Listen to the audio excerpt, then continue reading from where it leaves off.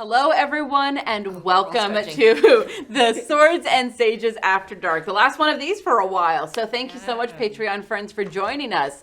I'm terrified that this entire after show is going to turn into talking about flowers in the attic. Not seen it. Haven't read it. Read It's a it. book. It's also a movie, and I found out there's a play. Yeah, it's been a lot of different movies. Oh, yes. There's a play, and it's not good. It's not good. Don't bother. Don't. David Tennant is in it. No. Christopher Walken is in it. There's also a Wikipedia page. Please, Christopher Walken. Flowers in the attic. Sorry, I'm going to take this over because I have to explain what happened to me. You're my sister. This was like my Thursday night. So apparently someone, was it Danny, sent Ren link to this play script version of Flowers in the Attic. Me, being someone who works in professional theater, then went on a very deep dive to track down where the world premiere production of this was.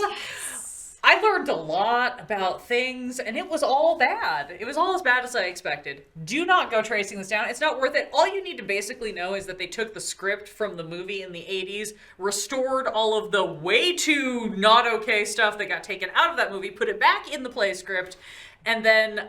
So it was a sex play, basically. Then they contemporized it. Then they found actual brother and sister. No, that's a twist. There were actual children, and they were pretty young. There were actual children who played the twins. Oh, dear. There were actual children who played the twins. They also contemporized it, which is a huge problem with this thing, because here's the thing. This play, movie, book, everything works when it's set in the original setting of the 1950s, where you don't have things like social media, where people are going to suddenly notice if you have 4 children and then they vanish off the face of the planet. Doesn't work as well in a contemporary time where you have social media. And it also does weird things with, like, they had to age up the 2 oldest siblings for this to work, which is the same thing they've done in every movie version, basically. They've aged them up to 17 and 15 from 14 and 12, which is where they are in the book. All this to say, the reason why I know about Flowers in the Attic is actually because it's a fascinating situation of legal rights, because V.C. Andrews is one of the most prolific authors in the world. Wow. But only actually wrote, I think, 11 books on her own before her passing. V.C. Andrews no longer exists. No, almost every book that is published under the V.C. Andrews name was ghostwritten by one other dude. Yes. So V.C. Andrews is a bald man. It's James Patterson in that No. someone else did the writing and the name got stuck on. Yes and no, except that James Patterson is still around and he comes up with ideas and like partners with people. This is an instance of her estate was like, she's got all of these very fascinating ideas. They hand selected this one dude to ghostwrite all of her books based on these ideas, and he has carried that on for decades. Every note is just, and then the cousins sleep together. Basically. No? Yeah, no, she wrote these 11 books over like 7 years, and then there's another like 70 books under the V.C. Andrews name that are all this one other guy. It is a fascinating thing from a literary perspective, and this is how you know that Alondra majored in a lot of business of publishing stuff. Anyway, that's my rant about V.C. Andrews.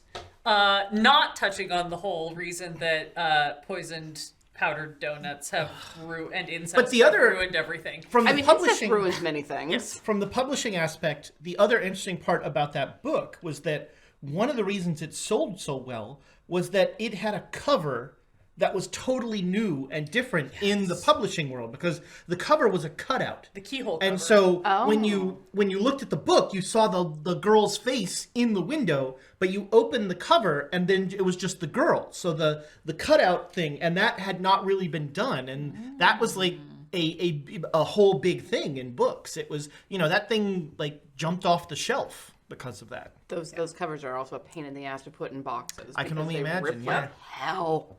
So VC, like, she kind of alludes to stuff. There's not like openly smut sort of thing. One of my favorite authors, Larry Niven, hard sci-fi. Oh. He writes like sci-fi where you're like, talking about the thrust you need to leave Earth's atmosphere and how many nuclear bombs you'd have to explode to make a spaceship and that sort of thing. Oh, Gen 1 Traveler stats. But he wrote this is the most bizarre thing I've ever read. he wrote a book called Men of Steel, Women of Tissue. Oh. And the premise of this book is all the many ways that Superman would kill Lois Lane having sex with her. It's like the Mallrats problem. All the many ways. And it is scholarly, alarming, and way longer than it should be. It's bizarre. Like, I doubt I will ever see the term super sperm again. I would love to quote the line from Mallrats, but I don't think I should. But we all know which one you're talking about. Yes. But isn't there an argument that Superman should have never made it to that age because he couldn't get any vaccines because the needles couldn't pierce his skin? So he just dies of like... Is Superman immune? But isn't he immune to disease? Oh, is that a thing? I think it's only magic. Magic is the only thing that really... Kryptonite. Specifically Kryptonite different makes types him of- very sexually active. No, makes like, him gay. if you go... No, gay? Right. Yeah, Think 'cause- of- Right. If you guys want to read one of the most horrifyingly homophobic comics ever to be put out, there is an entire section of early Superman where they expose him to pink kryptonite, and it makes him the most flaming gay stereotype you can imagine. 60s Superman was either Mr. Mixelflix or Superman gets subjected to the new color of kryptonite that does... Now all of a sudden I'm Crypto the Super Dog because of this It was kryptonite. truly flavor of the week, but with kryptonite. Like every color of kryptonite did something else bizarre.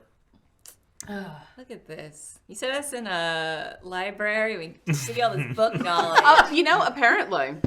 Not useful book I mean, we could also talk about the campaign, but we had to get this off our chest since I accidentally entirely You know what? hijacked the Discord. This with was, most of the I anime thought, a source. really interesting combat construct. The bad guy, doing damage to the bad guy wasn't what was going to win us the fight. And that was a really interesting construct. I don't know, like, if doing damage to him weakened him or kept him in that spot, or if that was just, plot something that made him not leave that spot. So, mechanically, if you want me to talk about it now that we're done, he would follow whoever had the book. He was lured by the book because he needed to be near or with the book. So, mechanically, you did exactly the right thing keeping the book right there, because one of the things that it says is that, what does it say? Luring Shemshime to where it can be crushed takes some effort. Because Shemshime is fixated on the book, the spirit pursues whoever has it. In other words, the characters can use the book itself to lure Shemshime into harm's way. Look at us. So We're ahead because of the we like before even the combat, we just place it on there. We were already all like, Yeah. Up. You guys were able to keep it there very, very intelligently. That was well done. what the hell would happen if we missed? If you had missed what? The You'd be a pancake. well, no, I mean like if let's say he was away from it, did they give other options or? Not really. You have to crush it with something that weighs more than 1,000 pounds. We'd have to, like, somehow lift that up again. All right, just keep running around. Yeah, That was, like, it's funny, because this was an awesome combat, but what a terrible thing just to be up there going, no. I'm so sorry. I mean, no, but that's Like, because the AC on those fucking chains was 19, and I don't know why. So you offering a way to like lower the I mean, I know AC. why. It was for drama. Sure. It was to keep it going. This is also a really interesting example of like how party build can really affect how you play a combat. Because like I was because like again, this is meta knowledge, and so I try not to bring that in too much. But like as someone who plays a lot of clerics, I know that when you're fighting shadow creatures, radiant damage is usually a good option, which I, as a bard, do not have. And I don't know if it's actually true for this because this is a very specific boss to this module, so maybe the radiant damage doesn't make a difference one way or the other. But it was that sort of thing in the back of my brain where I'm like, can we even hurt this thing, or is it just a waiting game of seeing how long it takes? God, if only we had a ranger who could just take pot shots at these chains. Yeah. We had a bow. Yeah, this thing has resistance to acid, bludgeoning, fire, lightning, piercing, slashing, and thunder. Immunity to cold, necrotic, and poison. Damn. Good call on changing that to psychic, because it has nothing to. I noticed a weird thing that because I was looking at spells to try because I couldn't hit anything, and almost all the spells specifically say a creature, and so like Storm of Blades, Sure.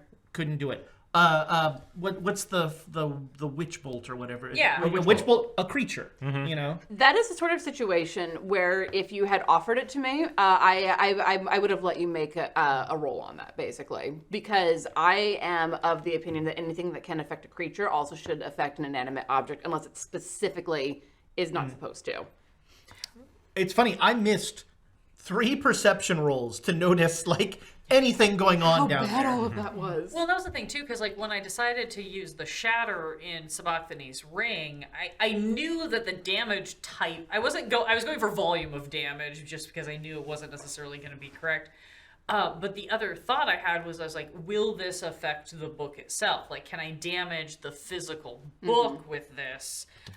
Having forgotten that Ouya had pulled it like just right before I went. And harming the book wouldn't have done anything into it. makes sense. Basically, you had to crush Shemshime because there's no way for you to know this, and I'm really upset about that because it's a cool story of what happened and how all of this came to be. So I'm actually just going to read it to you because I like this story. I was going to say, was my in-character guess semi-correct that they trapped him in the book to end the plague? No. Okay. No, because the book is the reason why this plague exists. Interesting. Okay. Centuries ago, a family living in a remote water mill endured a string of unfortunate events. A malevolent spirit called Shemshime attached itself to the family and caused the accidents. The daughter finally destroyed Shemshime by crushing it under a millstone that had been blessed by a traveling halfling cleric of Shantae. Interesting. The story became a local legend, a cautionary tale meant to warn people to keep their attention on their chores. When a traveling gnome bard heard the tale, he was so intrigued that he set the story down in the book Shemshime's Bedtime Rhyme. By doing so, he inadvertently created a conduit through which Shemshime could return. Yowen Pilt, who is the name of the one that killed himself, procured the book from an adventurer who discovered it among the debris of a shipwreck. He brought the mechanical book to Candlekeep, where it has been ever since. Neat. So I love the story. There is no actual way that you could have way for us known to that, know that. because the only one who was alive when that happened wasn't aware of what was going on. So, okay, and so the skeletons that we found in the floorboards had like nothing to do with anything. They were just other inadvertent. One of them was Yowen Plitt, who brought the book to Candle. who brought the book and was basically the patient zero of the original sickness.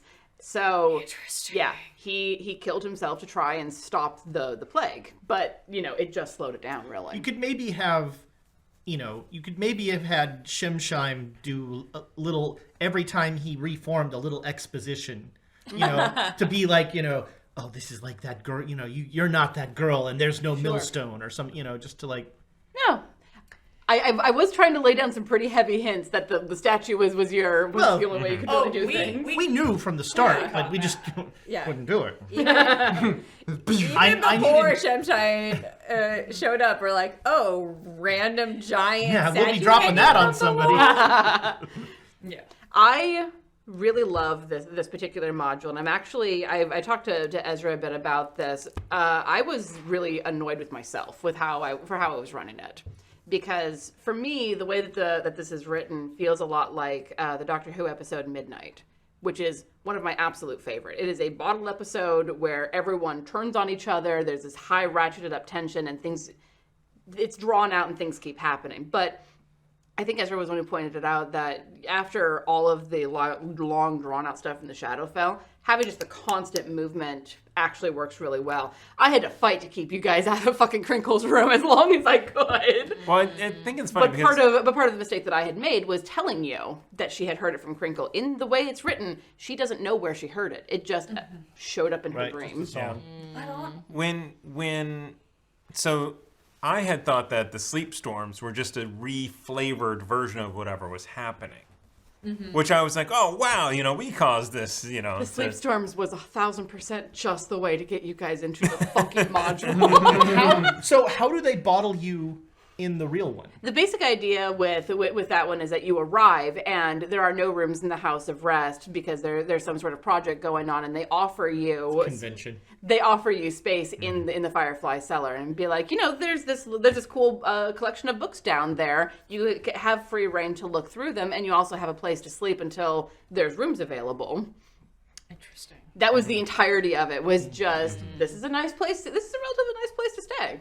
So I mean, It's this or the barn. I definitely liked that, but me as a player and as a character was definitely like somebody down here is causing that right there. Yeah. So then when two people said that they didn't like Crinkle, it's like, whoom, Crinkle's the best. Yeah, you were already pretty focused on Crinkle before I said the song thing. Yeah. Which, fair enough. I mean, I think James and I both were starting to question if maybe Galeby was somehow the conduit. And some of that is probably that this party is particularly colored to be suspicious of children. Let's be honest. Can't imagine why. But it was interesting. I have a little bit more meta knowledge, so I kind of sense that the Sleepstorm thing was possibly a reflavoring of something in the module, but also was clearly tied to what we had done and what was part of that attempt to tie our actions into how we end up in the modules.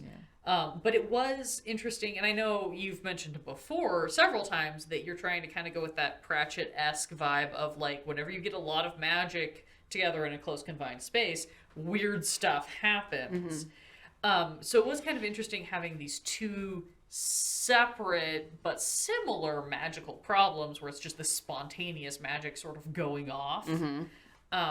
Happening at once, and I thought that was interesting. That's why I think a couple weeks ago I commented on the fact that I set myself up for failure, and it was because in trying to play how my character would handle this situation, I went very down the wrong rabbit hole, and I was like, oh, by the time I, the player, figured out what was actually going on, I'm like, there is no way for me to recover from this, and I'm just gonna have to ride it out.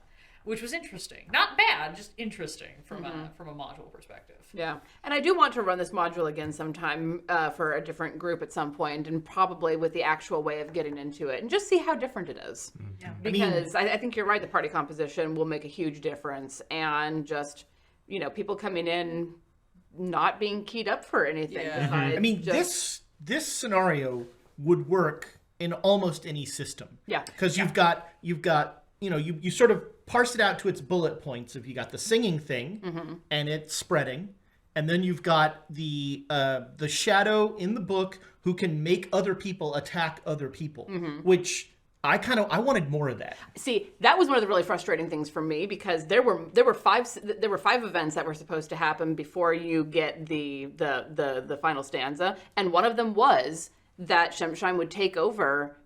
Whenever half or more of the people in the cellar were singing, Shemshime would just randomly possess someone, and that someone would attack other people.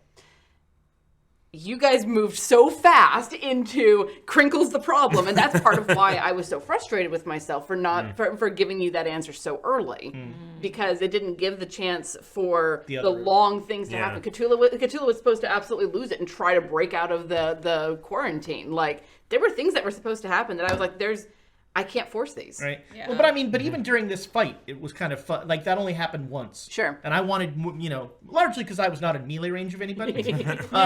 But I thought that could easily port to any, that could be, this could be a Cthulhu module super easily. Well, and there was something that made Adilla attack. None of you got within 5 feet of each other after that, and it did need to be something where they couldn't move in order to do the attack. Oh, interesting. It had to be someone within their reach. It had to be a melee. Yeah. Oh. But that's the fact that you guys stayed so spread out worked against being able to turn you on against each other. Yeah.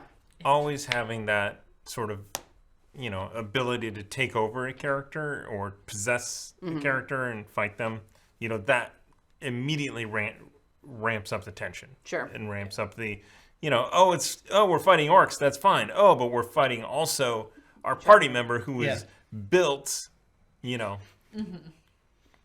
but this was even better because this one isn't like I've taken you over and now we have to kill Wuya. This is just Wuya goes, stab. Sorry, I don't know what I can't. What it's so it's not like a now I'm evil woo-ya ha ha ha. Oh wait, now I'm evil you woo-ya. That's just Booyana. Can't you tell the goatee? Yeah, that's Wuya. And I like, but I like that because the turning a party against each other thing, can just turn into party combat. Whereas this is just like a flash of like, wait, what? Why'd you do that? What is? And that was something that would have happened in that portion, and it wouldn't have just been you guys. It would have been Ebder. It would have been, God save you, Varnier. And I mean, if I had seen Adilla stab Saba, this would have been a very different fight if you had spotted that. Yeah. luckily I have not very good perception. Yeah, and I did have to get ahead of the why isn't Varnier helping thing, because actually in the module she's not supposed to be magical. But there were two things that worked against me for that. Well, not against me, against the way that it's written, to be honest. Because once everything gets locked up, she says the avowed have been notified. And I'm like, how were they notified? Yeah. There's no way that you could have stuck your head out, shouted for someone, told them what was going on, because you wouldn't have wanted to spread it. Right. So how did you notify them? You had to have had sending, which makes you minimum a 5th level character. So I was like, okay, I'm leading into that. She's a 5th level character at a minimum. You guys never found out how strong she actually was. Well, and to be fair, like, one thing that you have done remarkably well all the way through all of these modules, even with us not actually giving you the expected prep time between them, is finding ways to take the modules as written and, like, weave in little hints of elements that tie into our characters' backgrounds and the other goals that we're pursuing. Because, like, I put you on the spot with this, but I did lean into it. We had already established that Sabachthani is investigating stuff in the Misty Forest because that's where she knows that her father is from. That's where Odila has just been prior to this module. And I need to get you the information that you found out there. Yeah. And so like leaning into that with like, okay, Varnier is this high elf who maybe knows some things about elven history and maybe is a magic user and maybe has ties to this place, and Cthulhu coming from that place. Like, okay, it's subtle, it doesn't have to come up very much, but it's a way to make, at least for me, it gave me a reason to be more invested in talking to these characters, which helped us more naturally extract information that was going to then be relevant later, instead of us just being like, cool, we're just going to go sleep for 3 days until they solve the sleep storm problem, and then it's the most boring module ever. I mean, I kind of wish you had just slept for like 3 days. It would have been much easier to get you into, because you had to sleep. That was the thing. I didn't. So the way that it's supposed to happen is you arrive in the evening and you are shunted down into the Firefly cellar to actually sleep for the night. You're welcomed, you're fed, you can meet the people, all of this, and then Varnier is like, "Oh, I'm sorry. Let's reconvene in the morning." You go to sleep. You wake up, and the song is starting to spread because Crinkle sang it outside of Galeby's room, and then Galeby was singing it in the hall, but none of you woke up to that. None of the party members wake up to that. So it's just, there's a song.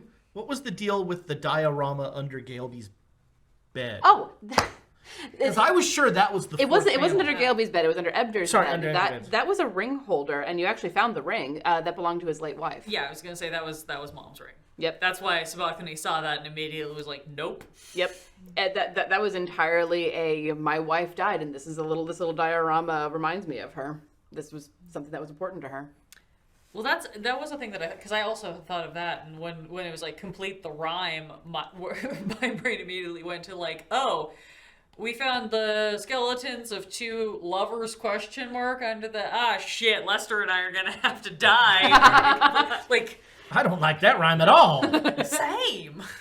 But that was a really interesting thing of like, what does that mean to complete the rhyme? And so then it was like, oh, we just have to repair this book and find out what the last chance is. I was like, oh, this is like a mild relief that we don't have to like reenact some horrifying Romeo and Juliet situation. I'm not saying that it reminded me of that module that I gave you to run. I'm just saying it reminded me of that module I gave you to run. You know, like you do. Hit points, you're just paralyzed, you're not dead. Yeah. But Right. everyone I'm thinks getting you're dead. sleepy. Yes. I am as So well. can we hear our quotes? Oh, Yes. yeah. Let's see. We have the desiccated beanbag. I like that. If I produce any bugs, they are definitely drunk. Lady bits. The coolest thing Dewey's done in weeks, and no one saw it. This one, you really have to do it in the tone. I stabbed a chain. Death happened. And roll an incest check. You're welcome. Oh boy. Well, patrons, you are wonderful, magnificent beings, and we truly appreciate you and everything that you do for us in the channel. We hit 90% of the tavern upkeep before the end of the night, and a lot of that is down to you. A lot of our income comes from you, our wonderful patrons. So thank you a million times over. Thank you for being here with me as I take on the longest running story that I've done so far, and thank you guys for joining me. I truly had a wonderful time. I learned a lot, I made a lot of mistakes, and I'm glad that I got to have this opportunity. So I look forward to coming back, hopefully with more of a battle plan, because I have ideas, but we'll see how they play out. So thank you all so much, patron friends, and stay tuned. There's some fun stuff coming down the pike. So cheers.